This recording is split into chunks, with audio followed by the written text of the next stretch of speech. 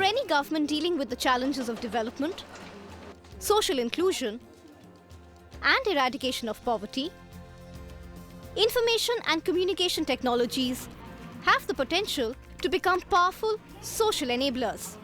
This is because of their inherent ability to overcome barriers of class, caste, and color by allowing everyone equal access to information. The purpose of this project has been to take ideas and to push them a little bit further to see whether they are indeed robust methods of being able to use ICT for development. ICT is all about information. It's about gathering information and being able to use it in such a way that it indeed becomes knowledge itself, that people are able then to apply it to their everyday lives in a way that makes their lives better, makes them easier, and through that we are able to achieve the goals of all development agencies, which is the improvement of quality of life.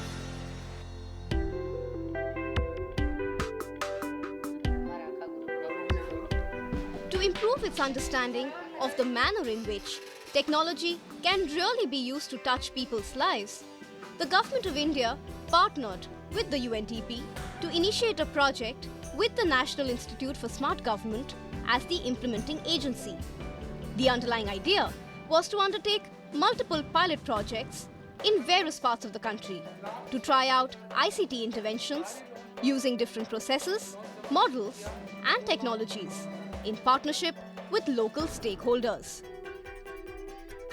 In India, the economic level of development is more appropriate for 80% of the world when they are looking at developmental models. The models of developed countries are not necessarily those which they can emulate or hope to emulate. And therefore, this offers a very different path of innovatively combining current technology, disruptive technologies, different business models linked to delivering value to people who are at the lower level of the economic, in terms of economic level, and putting it all together in a viable framework which brings development faster.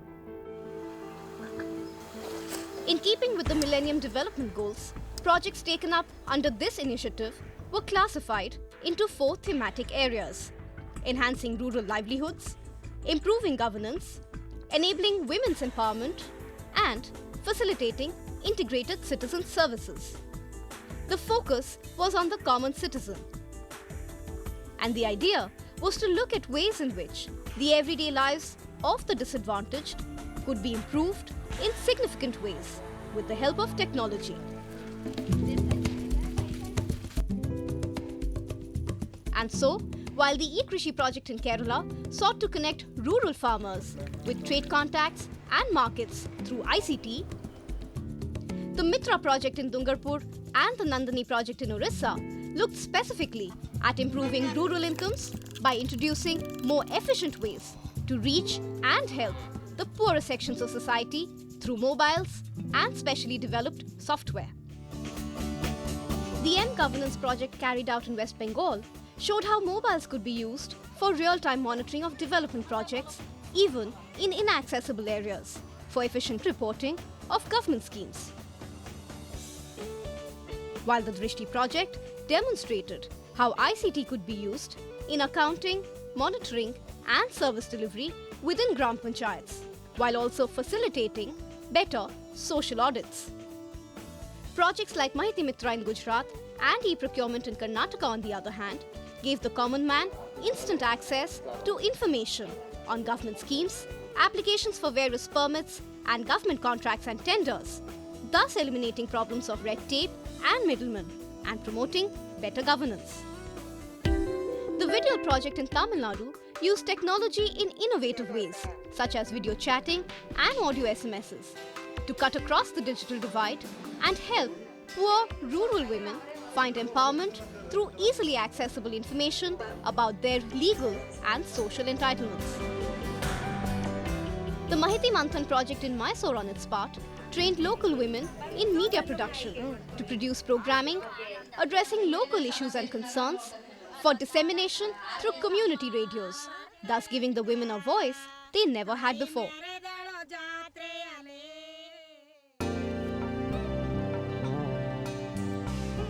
And projects like Bangalore One in Karnataka and the Sugam Centre in Himachal Pradesh help the common citizen by providing one-stop shops for government services.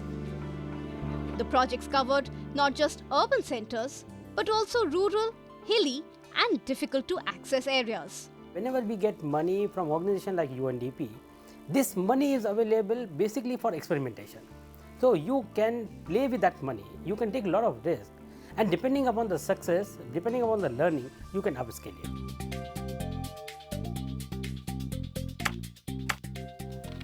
An important feature of the ICTD initiative was that each pilot project was picked keeping not just local requirements in mind through need assessment surveys, but also undertaken with local stakeholders, thus allowing both the government and civil society organizations an opportunity to listen to and work with each other.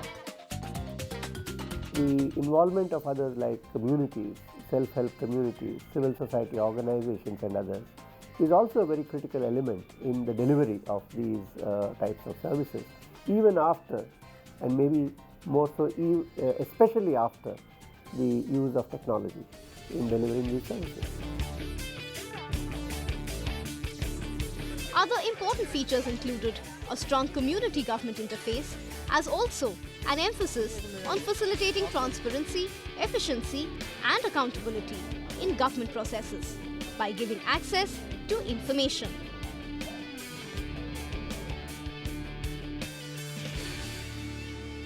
The lessons from the ICTD project have been interesting. For starters, it has been realized that public-private partnerships must follow different models of investments, ownership and revenue generation based on the type of project undertaken. Many of the initiatives have shown a potential for becoming financially self-sustainable. Mobile phones, with their accessibility and affordability, are clearly poised to become important tools for monitoring and delivering services in the future. ICTs can empower the most marginalized sections through appropriate training and capacity building. Also, the process of empowerment of women is seen to take on a fresh impetus through ICT. Besides, many projects have shown rural entrepreneurship as being viable. Most important, however, has been the learning that even those in rural areas are willing to pay for services and training programs if they find them useful, and that ICT initiatives can be successful only with adequate levels of ground support. The ICTD pilot project has also shown a clear path forward for the Indian government's larger e-governance plan.